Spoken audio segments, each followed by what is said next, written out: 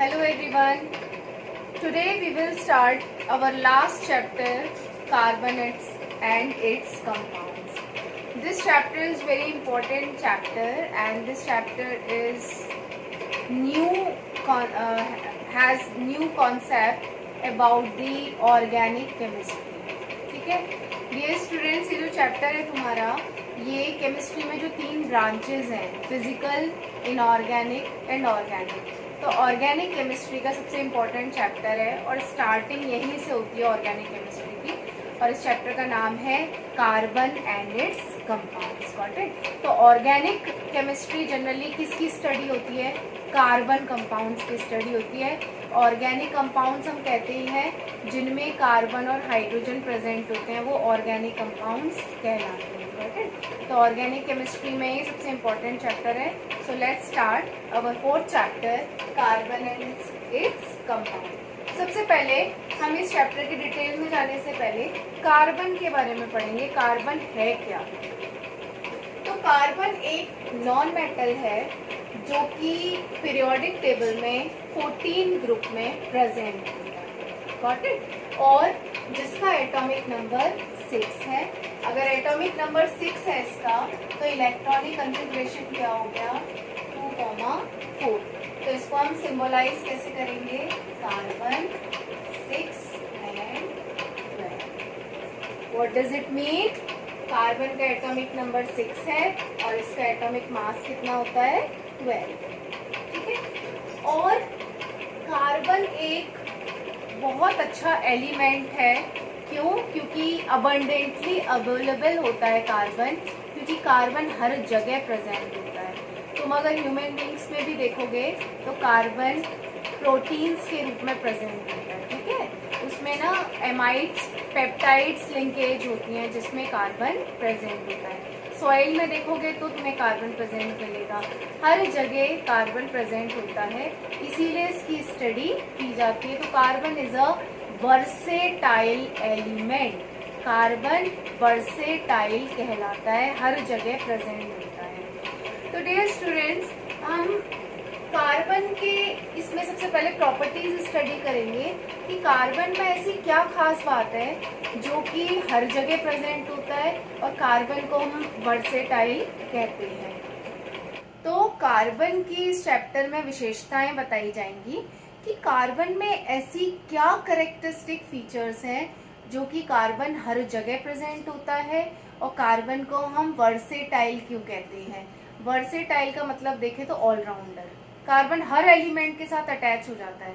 तो ऐसी इसके पास कौन सी प्रॉपर्टीज प्रेजेंट है? ठीक है, तो पहले हम कार्बन जब दूसरों के साथ जुड़ रहा है तो सबसे पहले कार्बन की हम बॉन्डिंग पढ़ते हैं कि कार्बन दूसरों के साथ कैसे जुड़ता है, क्या बॉन्ड बनाता है और उस बॉन्ड को हम क्या कहते हैं। ठीक है, तो जो कार्बन होता है हमारा, उसका एटॉमिक नंबर हमने अभी पढ़ा, कितना होता है? 6।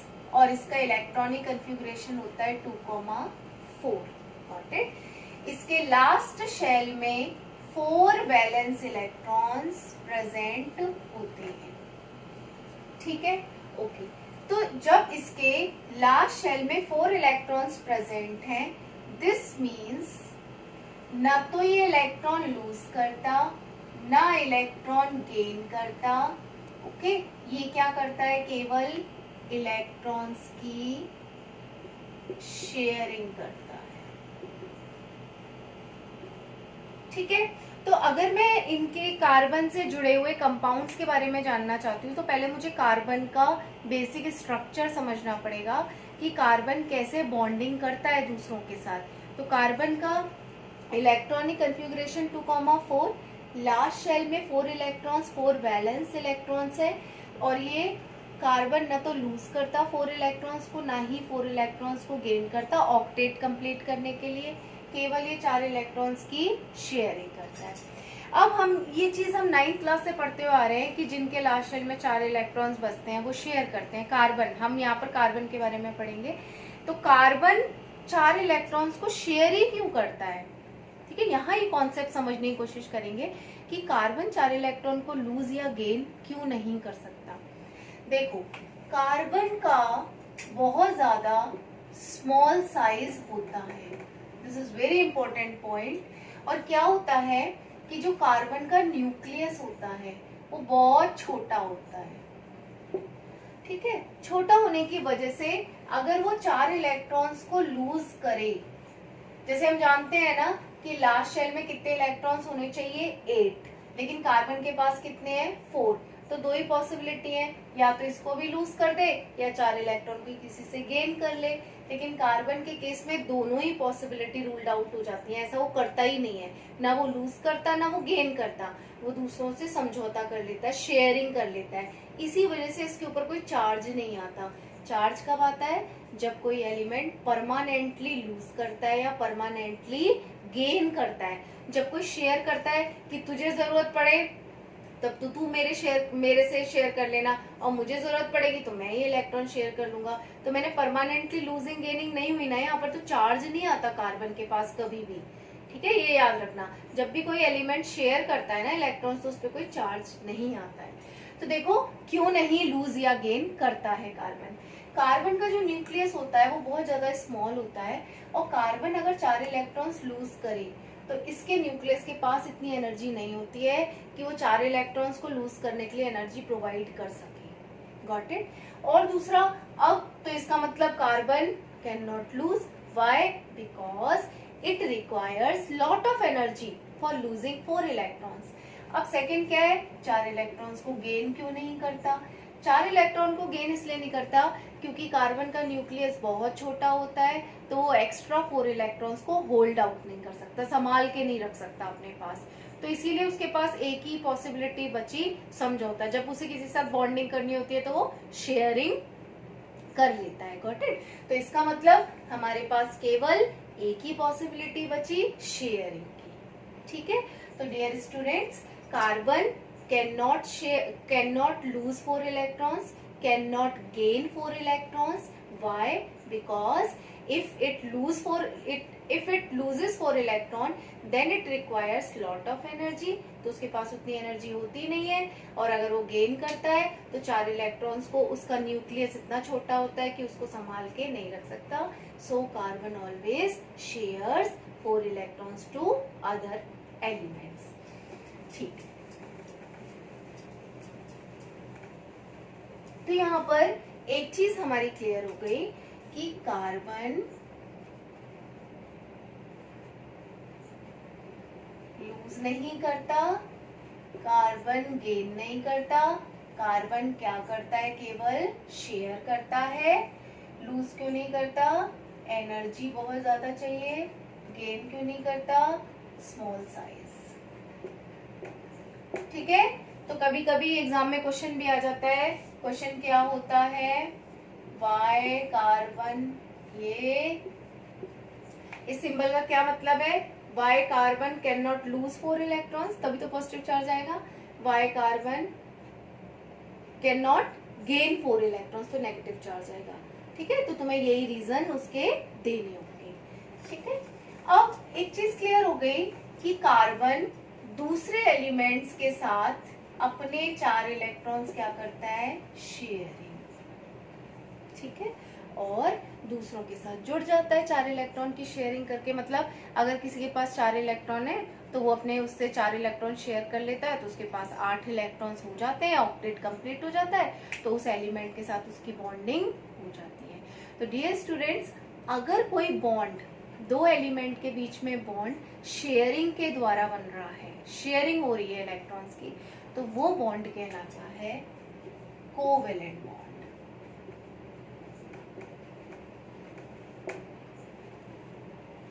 ठीक है। कोवेलेंट बॉन्ड की खास बात ये होती है कि वो शेयरिंग के थ्रू बनता है। बॉन्ड क्या होता है? Bond is nothing, bond is force of attraction. Force of attraction जो होता है वो बॉन्ड कहलाता है, और बॉन्ड में फोर्स ऑफ अट्रैक्शन का काम कौन करता है? इलेक्ट्रॉन्स, ठीक है। अब देखो, तो कोवेलेंट जो बॉन्ड होते हैं वो जनरली नॉन मेटल्स के बीच में प्रेजेंट होते हैं। Got it. कोवेलेंट जो बॉन्ड्स होते हैं वो दो नॉन मेटल्स आपस में मिलके बनाती हैं। फॉर एग्जाम्पल अगर हम देखें तो जो कोवेलेंट बॉन्ड होते हैं वो 3 टाइप्स के होते हैं। पहला टाइप होता है आपका सिंगल बॉन्ड, दूसरा होता है डबल बॉन्ड, तीसरा होता है ट्रिपल बॉन्ड। देखो जो सिंगल बॉन्ड होता है वो एक सिंगल लाइन से शो किया जाता है, डबल बॉन्ड 2 लाइन से शो किया जाता है और ट्रिपल बॉन्ड 3 लाइन से शो किया जाता है। एक लाइन का मतलब होता है शेयरिंग ऑफ 2 इलेक्ट्रॉन्स, 2 लाइन का मतलब होता है शेयरिंग ऑफ 4 इलेक्ट्रॉन्स, 3 लाइन का मतलब होता है sharing of 6 electrons.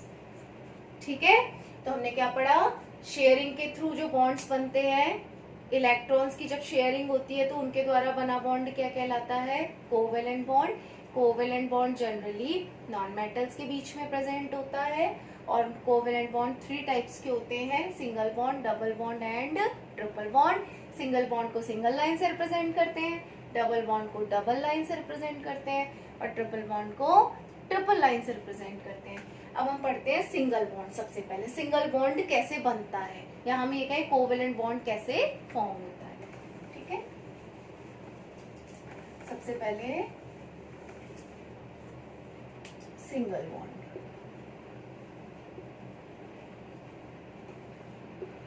For example formation of H2 molecule. ठीक है, H2 मॉलिक्यूल का बनना, मॉलिक्यूल क्या होता है, 2 एटम्स का जुड़ना क्या कहलाता है। अगर 2 एटम आपस में जुड़ गए तो मॉलिक्यूल कहलाएगा। यहाँ पर हाइड्रोजन के नीचे 2 लिखा है ना, तो इसका मतलब हाइड्रोजन के कितने एटम्स हैं, 2, तो इसका मतलब ये हाइड्रोजन का मॉलिक्यूल है। और ये H2 कैसे बना होगा, एक H और एक H आपस में जुड़ा होगा तब H2 बना होगा। देखो 2 एलिमेंट जब आपस में जुड़ेंगे तभी तो 2 नीचे लिख के आएगा, ओ मॉलिक्यूल बनेगा। तो 2 एलिमेंट आपस में जुड़े क्यों, क्योंकि उनके बीच इलेक्ट्रॉन्स की शेयरिंग हुई तभी तो जुड़े। अब देखो हम ये क्या समझा रहे हैं तुम्हें, इलेक्ट्रॉन्स की शेयरिंग के द्वारा वो बॉन्ड कैसे बने, जुड़े कैसे वो एलिमेंट। तो देखो हम कैसे बनाते हैं, कोवेलेंट बॉन्ड को कैसे शो करते हैं। एक H इधर लिख लिया, एक H इधर लिख लिया। हम यहाँ पर क्या समझा रहे हैं, H2 कैसे बना, तो एक H इधर लिख लिया, एक H इधर लिख लिया। अब हम क्या करते हैं, हर एटम के ऊपर उसका इलेक्ट्रॉनिक कन्फिग्रेशन में क्या करते हैं, लास्ट शेल में जो इलेक्ट्रॉन बचते हैं वो ड्रॉ करते हैं डॉट के रूप में। ठीक है, देखो हाइड्रोजन का 1 बचेगा तो 1 डॉट हम यहाँ पर शो कर लेंगे। यहाँ बना लेती हूँ मैं बीच में इसको। हाइड्रोजन के पास 1 इलेक्ट्रॉन होता है लास्ट शेल में, तो इस वाले को लास्ट शेल में 1 इलेक्ट्रॉन बना लिया, इधर भी 1 इलेक्ट्रॉन होता है, इसका भी 1 इलेक्ट्रॉन डॉट के रूप में हमने शो कर लिया। अब तुम बहुत अच्छे से जानते हो कि हाइड्रोजन का केवल एक ही शेल बनता है, और एक ही शेल बना तो मतलब पहला शेल बना, और पहले शेल में कितने इलेक्ट्रॉन होने चाहिए, 2। तो हाइड्रोजन को कितने इलेक्ट्रॉन्स की रिक्वायरमेंट है, 1 की, और 1 तो इसके पास है ही, एक और इसको चाहिए तभी तो 2 हो जाएंगे, क्योंकि हाइड्रोजन का केवल एक ही शेल बनता है। और एक ही शेल का मतलब फर्स्ट शेल में कितने इलेक्ट्रॉन्स हो सकते हैं, 2।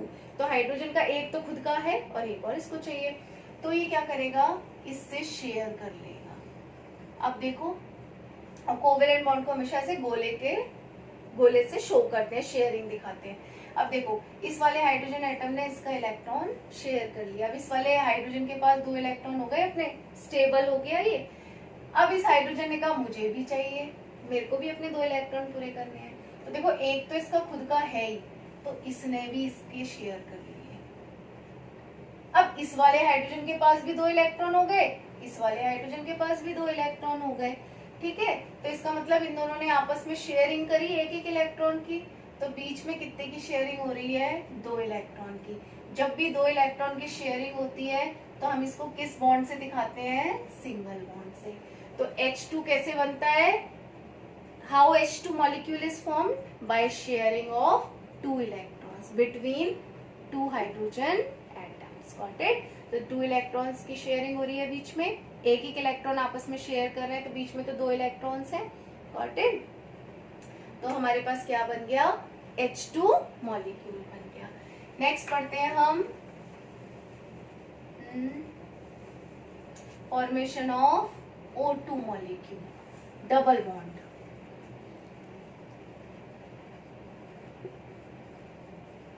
ठीक है, O2 है तो यहाँ पर भी O लिखा, यहाँ पर भी O लिखा। Got it. अब मैंने तुम्हें बताया कि इलेक्ट्रॉनिक कन्फिग्रेशन लिखते हैं हमारे एटम का, और लास्ट शेल में जो इलेक्ट्रॉन पाए जाते हैं वैलेंस इलेक्ट्रॉन्स को यहाँ ड्रॉ कर देते हैं डॉट के रूप में। तो ऑक्सीजन का एटॉमिक नंबर कितना होता है, 8। तो इसका इलेक्ट्रॉनिक कन्फिग्रेशन हो गया 2,6। तो लास्ट शेल में कितने बच रहे हैं, 6। तो यहाँ पर 6 डॉट हम ड्रॉ कर लेंगे। ठीक है, इस वाले एटम पे भी 6 डॉट ड्रॉ कर लेंगे। सही है, क्योंकि ऑक्सीजन का एटॉमिक नंबर कितना है, 8। तो इसका इलेक्ट्रॉनिक कन्फिग्रेशन हो गया 2,6। तो लास्ट शेल में पाए जाने वाले इलेक्ट्रॉन्स ड्रॉ करते हैं। तो लास्ट शेल में कितने, 6। तो 6 को डॉट के रूप में अरेंज कर लिया हमने। अब इसके लास्ट शेल में 6 है, तो होने कितने चाहिए लास्ट शेल में, 8। तो इसको 2 इलेक्ट्रॉन्स की रिक्वायरमेंट है। तो ये क्या करता है, यहाँ से इस वाले ऑक्सीजन से 2 इलेक्ट्रॉन की शेयरिंग कर लेता है। तो अब इसके पास कितने हो गए, 8 हो गए। 6 तो अपने थे ही, 2 इसके आ गए। लेकिन अब इस ऑक्सीजन एटम के पास वो ये भी चाह रहे हैं अपने 8 इलेक्ट्रॉन्स के पूरा करने के लिए। तो 6 तो अपने थे ही, इसने भी इससे 2 इलेक्ट्रॉन शेयर कर लिए। तब तुम बीच में कितने इलेक्ट्रॉन की शेयरिंग देख रहे हो, 4 इलेक्ट्रॉन्स की। तो 4 इलेक्ट्रॉन का मतलब क्या है, फॉर्मेशन ऑफ डबल बॉन्ड। क्योंकि सिंगल बॉन्ड में कितने इलेक्ट्रॉन्स होते हैं, 2। तो डबल बॉन्ड में कितने हो गए, 4। तो इसका मतलब ऑक्सीजन में कौन सा बॉन्ड पाया जाता है, डबल बॉन्ड। ठीक है, नेक्स्ट है आपका triple bond, formation of N2 molecule. ठीक है, ट्रिपल बॉन्ड।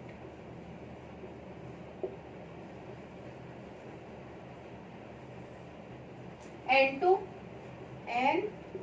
N नाइट्रोजन का एटॉमिक नंबर 7, इलेक्ट्रॉनिक कन्फिग्रेशन 2,5। तो लास्ट शेल में 5 इलेक्ट्रॉन ड्रॉ कर लेंगे।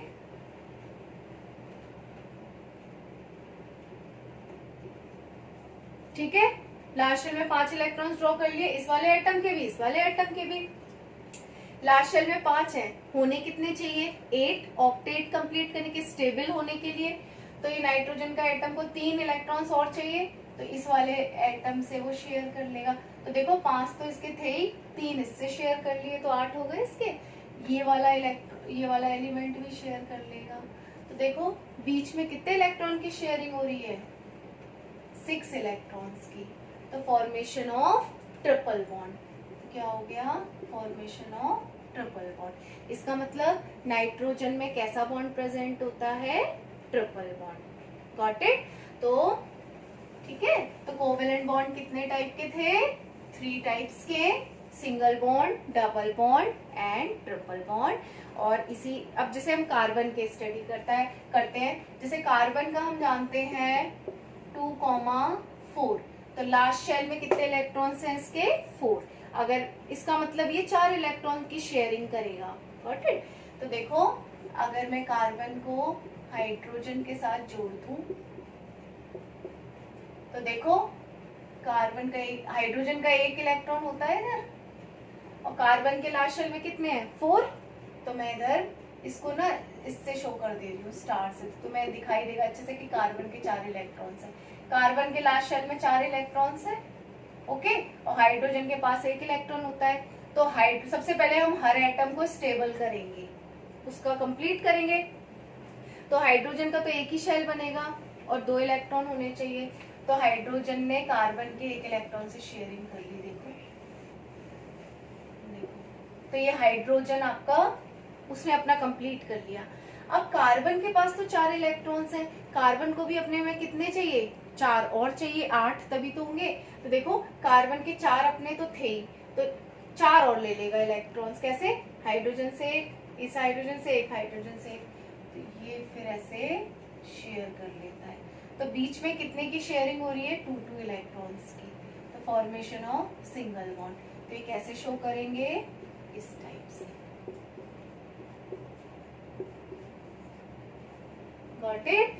तो इसने भी क्या बनाया है आपका कोवेलेंट बॉन्ड, गॉट इट। तो इसको क्या बोलेंगे, एक कार्बन है, हाइड्रोजन कितनी है 4, CH4, ठीक है। तो हमने क्या पढ़ा अभी तक, कार्बन एक वर्सेटाइल एलिमेंट है, कार्बन लूज नहीं कर सकता इलेक्ट्रॉन्स को, गेन नहीं कर सकता, और वो हमेशा शेयर करता है, शेयरिंग के थ्रू वो कोवेलेंट बॉन्ड बनाता है, और अपने इसीलिए उसकी वैलेंसी 4 होती है, जिनकी वैलेंसी 4 होती है ना उसको हम कहते हैं टेट्रावैलेंट। टेट्रा मतलब 4 वैलेंसी।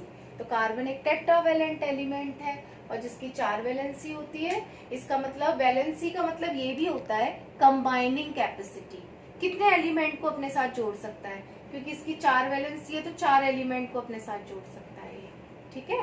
तो देखो अगर हम, और कार्बन कोवेलेंट बॉन्ड बनाता है, शेयरिंग के थ्रू बनते हैं। कोवेलेंट बॉन्ड 3 टाइप्स के होते हैं, और single bond, double bond and triple bond, इन सभी को सिंगल लाइन से रिप्रेजेंट किया जाता है, और इसमें शेयरिंग ऑफ इलेक्ट्रॉन्स हम शो करते हैं, ठीक है।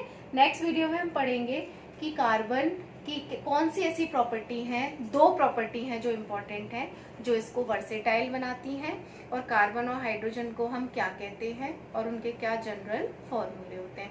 तब तक ये, और हम ये पढ़ेंगे कि कार्बन हमारे नेचर में कितने रूपों में पाया जाता है, कार्बन के एलोट्रॉप्स कितने होते हैं, और उन एलोट्रॉप्स की क्या क्या फीचर्स होते हैं, गॉट इट। तब तक ये NCERT से भी पढ़ना line by line, okay. Next video में फिर हम नेक्स्ट टॉपिक्स पढ़ाएंगे, ओके, थैंक यू।